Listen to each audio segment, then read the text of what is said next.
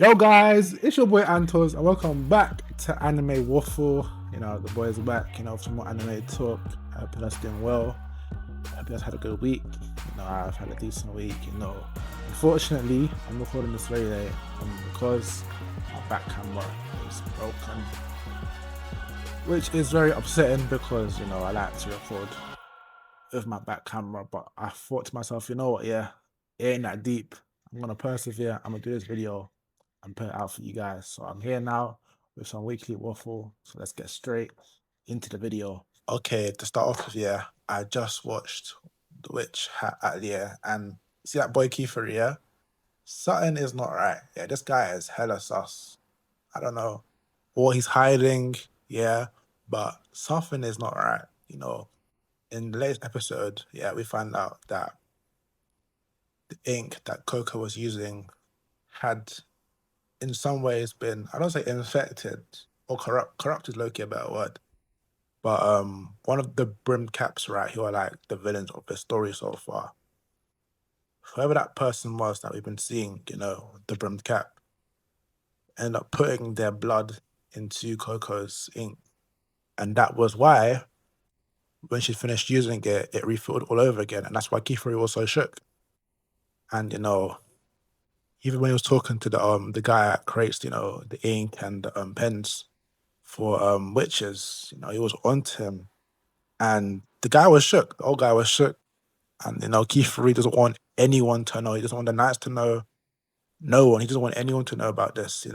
It's their first real lead into getting information on the brim caps. But for some reason he doesn't want, the Knights or everyone else to have an idea of what's going on. So yeah, Keith Reed, man, something's going on with you, bro.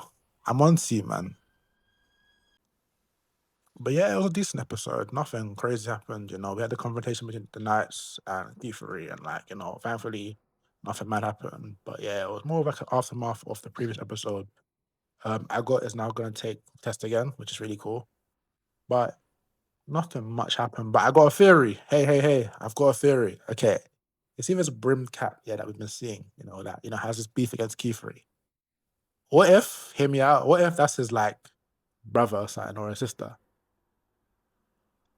Hear me out, low key. I'm putting out there right now, yeah. This brim cap that we've been seeing, yeah, in some way, shape, or form, has some sort of relation to Keith Reeve on a personal level, whether it's family or they knew each other growing up and they turned evil and turned to the brim caps. They have some sort of personal connection going on here. I'm gonna call that right now, yeah.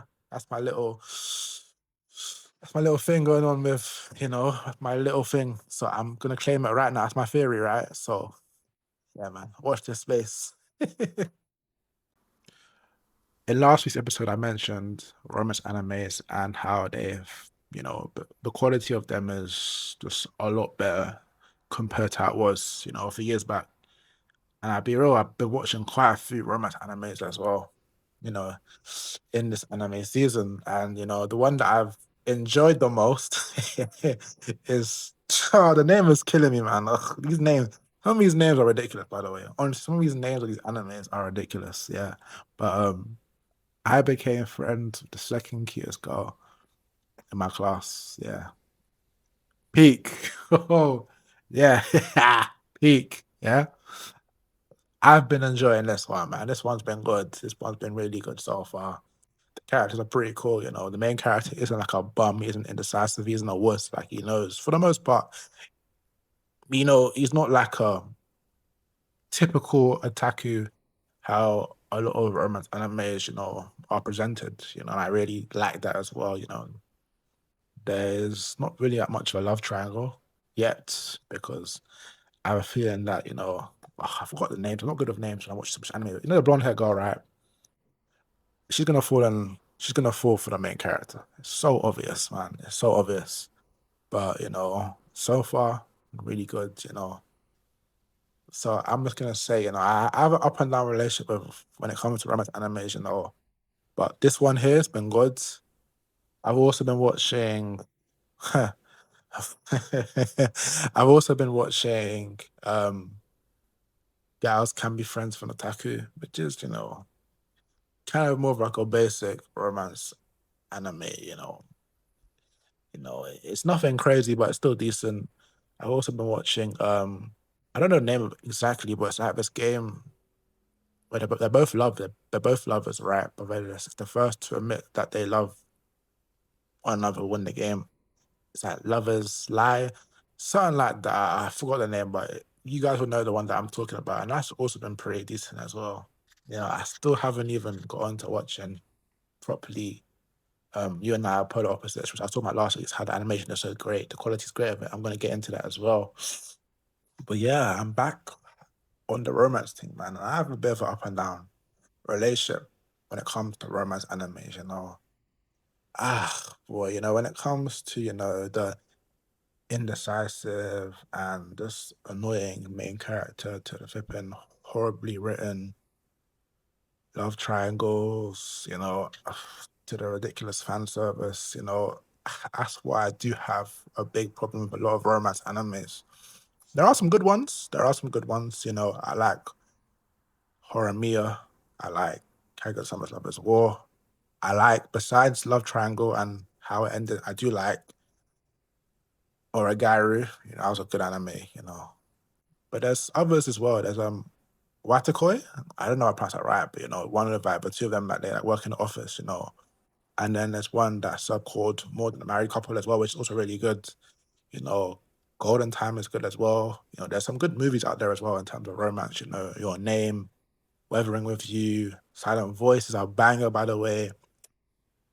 I think it's like Jodie and the Tiger, something like that. I Want Your Pancreas. Like, this is straight born knowledge, bro. Hey man, trust me, bro. Back in lockdown, yeah, in 2020, yeah, all I'd be consuming is romance. It's pure romance anime. It didn't matter if it was pure slop, if it was pure peak. I was just consuming romance. But yeah, I'm back. I feel like I'm back in regards to that. So which is good. Yeah. I've also again been watching Drops of God, the wine anime that I've somehow gone into. Like this week's episode was good. It was calm. Um, in regards to it, what really happened? I mean, it happened. Another wine tasting episode, really and truly. You know, Again, that's basically what it's about. But yeah, I can't really say much because nothing crazy really happened compared to the previous episodes. But I feel like we're getting a setup, to find the next wine of the 12 apostles. Because I haven't mentioned that they found the first one, but since then they haven't even mentioned any of the other 12 apostles. So I think we should soon be entering a point where we're going to be looking for that second one. But yeah, man, good anime, solid. I would definitely recommend, it might change your opinion or alter your opinion on wine. So yeah, why not give it a shot? I also even forgot to mention that Bleach, Thousand Year Blood War, Core 4 is coming out real soon, and I'm so excited. For me, Bleach is a top three series of all time. Anime and manga, if we're going to include both, for sure, top three. Um, I'm excited, man. I am so excited, man. So far, I give my props to Studio Perot. They've done their thing. The first three cores have been incredible. For this fourth core, I'm just so excited, man. The fights gonna be peak. Cuba again gonna be directing a lot of what's going on. When the manga was dropping during this time of the Thousand Year Blood War, Cuba was ill. And obviously, famously, it's been come to be known that the Thousand Year Blood War was rushed. So a lot of things were rushed over. We didn't get like we didn't get a full just information and there's conclusions to a lot of things that happened in the arc. And with him having a lot of input in regards to the Bleach anime, if I say Blood War, I'm so excited. I'm so excited for the original content that we're gonna get as well, because that was, spoken about. We're gonna get some new content which wasn't in the manga, in the anime. And it's one thing, yeah, it's annoying living in the UK here because I heard that they're going to be screening the first episode of the Thousand Year Blood War arc in America in cinemas. I'm like, bro, why can't they do that in the UK? Why can't they screen the Thousand Year Blood War in the UK? I'd pay good money, to see Bleach on the big screen. I'm there. Involve me. But you know, I mean, I love Bleach, man. I love everything about Bleach. You know, I love Kurosaki Ichigo. I think my favorite main characters of all time. He's just the GOAT, man. Like that's Ichigo. You know, people say he's boring and this and that. He's got no goal, but they just ain't reading, man. They just don't get it, man. That's the boy Ichigo, man. And I can't wait for Core 4, man. I can't wait because the fights, you know, the lore we're gonna be getting as well. It's gonna be peak, man. And you know what? Yeah, if this does well, you never know. We might even get a hell arc. We might even get a hell arc. But yeah, man, I need some Bleach right now. It wouldn't be a weekly waffle without me talking about Damn No Ace, you know, the greatest anime of all time, as I like to say. But you know, another week, another episode, there's more peak, you know, the great episode, you know. One thing that I mentioned before, you know, the intensity that it provides is unmatched. Only thing that I'd say that comes close to it is Haikyuu, you know. I mean, sports animes in general, they make you emotionally invested in the games. Like, and they're so intense, it feels like I'm there with them. I'm there in the crowd supporting the teams, you know. And this episode, yeah, it was a battle between Sawamura and Kosei, you know. Battle between pitchers. Who's gonna win the battle between those two pitchers? And you know, so far, you know, it's been close. I'd say Sawamura's been edging it slowly so far. But boy, man, you know, I hope Seidu can win. I really hope Seidu can win. You know, in the end, Kuramochi got hit off Kosei.